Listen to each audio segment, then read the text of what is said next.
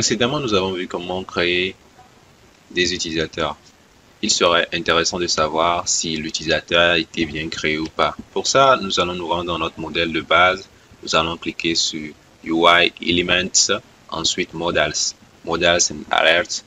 Et sur cette page, nous arrivons. Ensuite, ici, par exemple, nous voulons obtenir quelque chose de ce genre. Donc, ce que nous allons faire, c'est très simple. Nous allons nous rendre dans notre éditeur de code.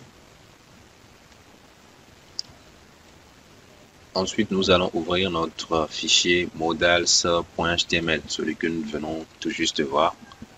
Et nous allons juste aller un peu plus haut.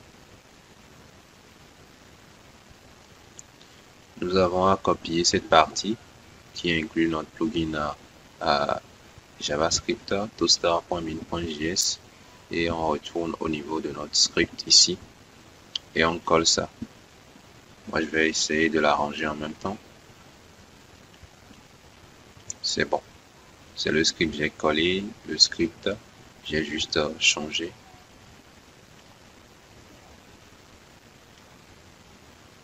Bref, c'est ça, c'est le script que j'ai collé qui est là. J'ai juste adapté ça à ce qu'on utilise Blade pour l'afficher très rapidement. Ensuite, après avoir fait ça, on sera au niveau de Modals. On va un peu plus en haut et au niveau de Toaster, on a un fichier .css, min.css, on copie aussi ce fichier. Et on se rend cette fois au niveau de head.blade.php, ce qu'on fait, ce que je viens déjà de faire. Vous copiez ça et puis vous changez ça par rapport pour avoir des directives Blade ici et vous obtenez ça. Ok. Ceci étant fait, on va se rendre au niveau de user, controller et au niveau de la méthode store. Lorsqu'on crée des utilisateurs, je vais commenter ça très rapidement. Je vais commenter tout ça pour qu'on juste on ait à tester notre système de notification.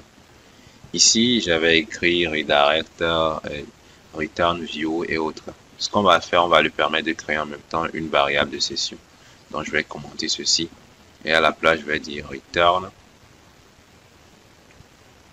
redirect. Ça va rediriger sur la page précédente avec des notifications en même temps. Return redirect back with, qui va nous permettre de créer ici des variables de session with $notification. Et je sauvegarde. Notification, c'est ça, c'est un tableau. Ici, on a une paire de clés valeurs. Les valeurs, c'est bon.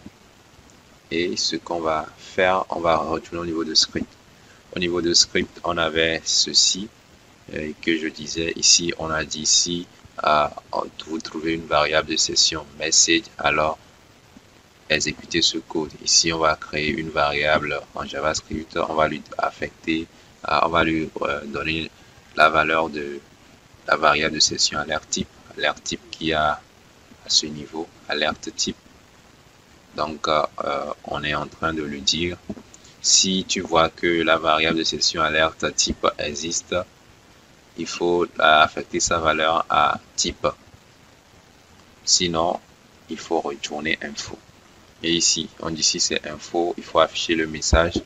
Ici, ça, c'est juste des classes Bootstrap.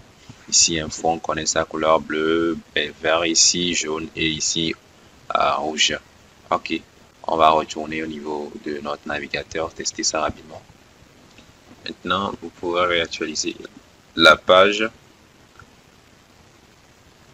Ensuite, qu'est-ce qu'on va faire? On va dire juste soumettre.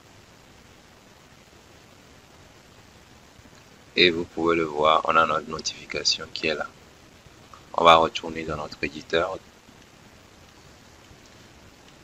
À ce niveau, ce qu'on va faire, on va juste copier ceci, non pas le copier, on va juste décommenter tout ce qui était là. Très rapidement, on décommente ça.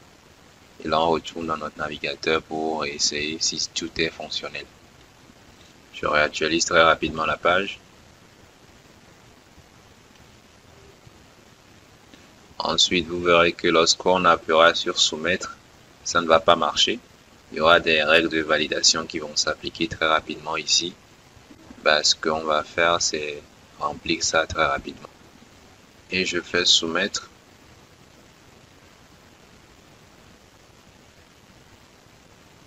Ok, notre utilisateur était bien créé. On peut aller très rapidement vérifier dans la base de données. Vous pouvez le voir, notre utilisateur a été bien créé. Alors rendez-vous pour la suite pour continuer l'aventure.